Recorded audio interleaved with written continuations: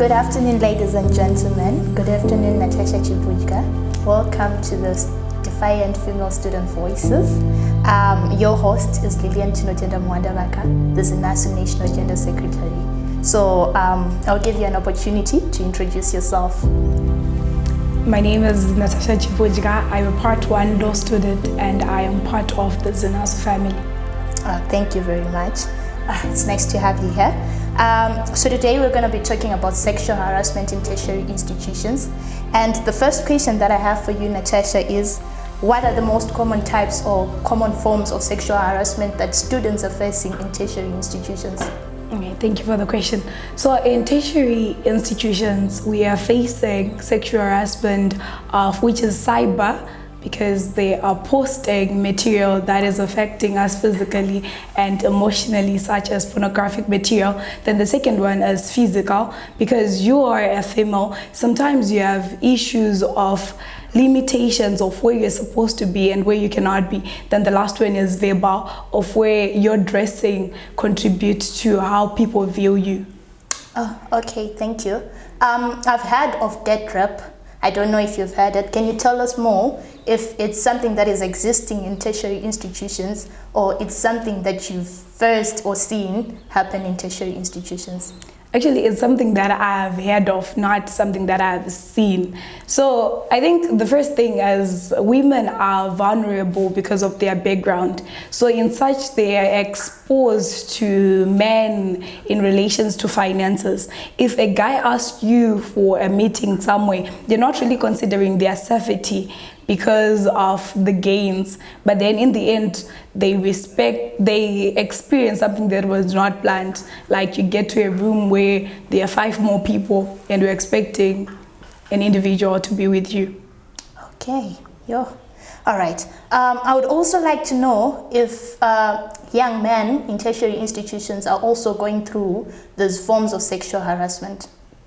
Sexual harassment in male is there, but it's not really as much compared to that of women. So we don't want to really rule it out. So yes, it's there, and it's always in form of like targeting players, such as rugby players. We all associate themselves with their borders, and actually commenting on that becomes sexual harassment.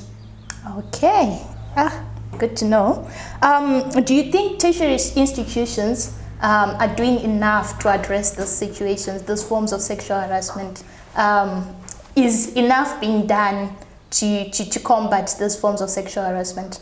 Enough is being done on paper, but on the ground it's not enough, because you see a situation whereby everyone is trying to implement the policy, the sexual harassment policy on paper. But that's because it's just a requirement of ZIMCHE. But on the ground, are they really doing something? They're not. They are more concerned with protection of their assets rather than the main assets, who are the students. Okay. So from a personal perspective, what measures do you think tertiary institutions should take to combat this or to try and minimize sexual harassment in tertiary institutions? Yeah, I think the first thing is monitoring the use of technology, because the first one, the cyber one, is being spread through technology. So there should be applications or softwares that monitor the activities on platforms, on social media platforms, so that they could combat that. Then the second one is they should try to put lights and cameras as much as possible, so that when I report my case, it's much easier to say I was abused or harassed at a certain place, and then they'll view the cameras there so that they can have evidence, rather than telling me that everything is going to be fine or that I need psychological support, when actually this is a crime that should be reported to the police and action should be taken. Okay, Natasha, let's talk about sextortion. I've heard of a scenario where a student faces a form of sexual harassment that is perpetrated by a lecturer, and the student tries to go and report that form of sexual harassment, but then because of the relationship that lecturers have, that case is covered up. What do you think we should do about that? I think as students we should know the protocols. That's the first thing. if we report to the dean, sometimes due to relations or nepotism, the matter will not reach where it's supposed to. But then when we report it to higher officials, or actually the police, yes, it's a school matter, but it's actually a legal matter as well. So we have to know where to report. That's the first thing, because you cannot report an abuser to a fellow abuser. You're just promoting the system. So you're saying students should report lecturers to the police if the university or the tertiary institution is not doing enough to... Yes, that's what they should do. Okay. Because reporting it to the police actually makes it a national matter that's going to be viewed on the lenses of every tertiary institution, not just a school. Reporting it to the dean actually makes it limited. It limits the parameters to the institution alone and not any other institution in Zimbabwe. But is sextortion actually real in tertiary institutions? It is real. It is real, because the thing is, if you want your marks, even for exams you did not write, you just have to open your legs for me, you just have to allow me to do something for you. But that's not how it's supposed to work. Okay. But do you think students I'll take for a case where there are many students from the university that I learned, where students got to know of the sexual harassment policy when they were in part final, but when they were in part 1, part 2, part 3, they didn't know of the sexual harassment policy. What do you think people should do so that students know, or what do you think the tertiary institutions should do so that students are aware of the sexual harassment policy as soon as they set their foot on the tertiary institution? Okay, so when you set your foot on a tertiary institution, the first thing that they do is orientation. And on orientation, they tell you about where to go when you fall sick, the rules on the hostels and everything. But then those are the things that they are leaving out. So it's actually supposed to be our duty as students who are aware to actually have our own slot on those things, to educate our own peers. Because even if it comes from school officials, it's becoming more or less of a song that we easily ignore. But if it's coming from some of you, we understand that you have been there and we are going in the same direction. So it's easily relates to us and we can actually put it in our heads. Okay, Natasha, let's say I didn't get an opportunity to attend orientation. How am I supposed to know the sexual harassment policy then? Now on that, I'll ask you why. Because the orientation is actually compulsory. So you know, there are different scenarios where you can't attend. Besides that, okay, if you have a situation happening at that time and you can actually attend, then we have awareness campaigns.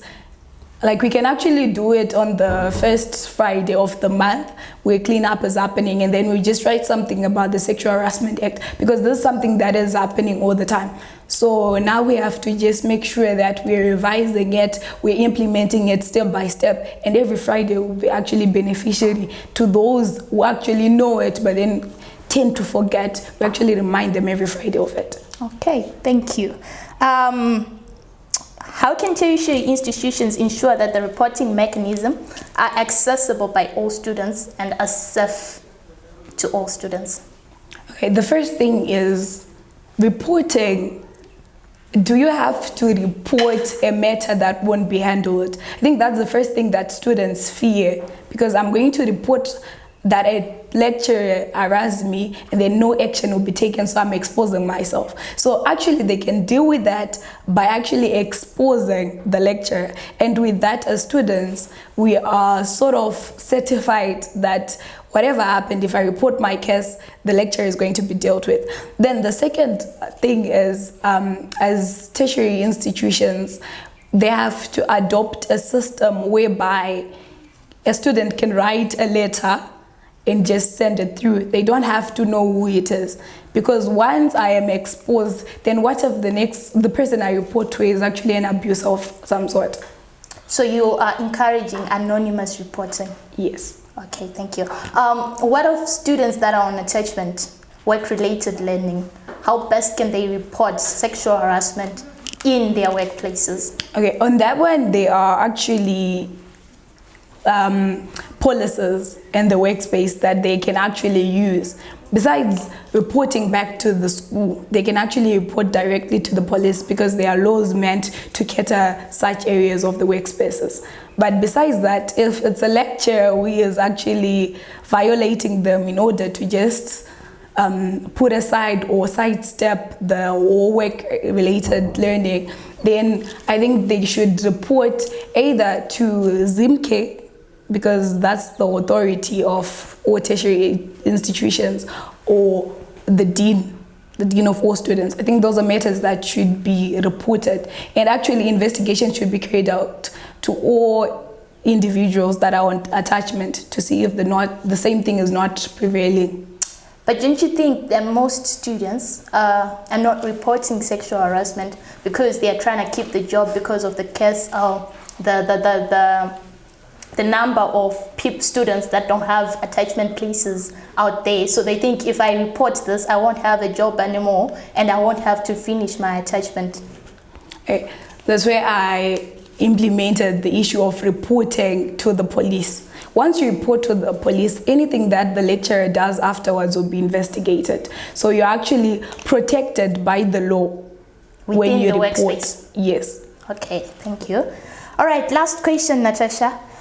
Do you think the policies of the government are in sync with the policies of the institutions? And is the government doing enough to protect students in tertiary institutions from sexual harassment? As I said in the beginning, it's all on paper. On paper, everything is syncing, but on the ground, is it? No. Because, yes, to some extent it is, in effect, that they are the victim-friendly unit of the police department that will actually help you deal with your case. But then on the ground, in small institutions like colleges, they're not really doing anything because there are no police to police. And sometimes it's actually those people in power and security that actually pose questions or comments on you that, so now who will police the police? Okay, I see. Thank you very much, Natasha. That was so profound. I'd like to thank you so much for your time. Thank you. This is the Defiant Female Voices.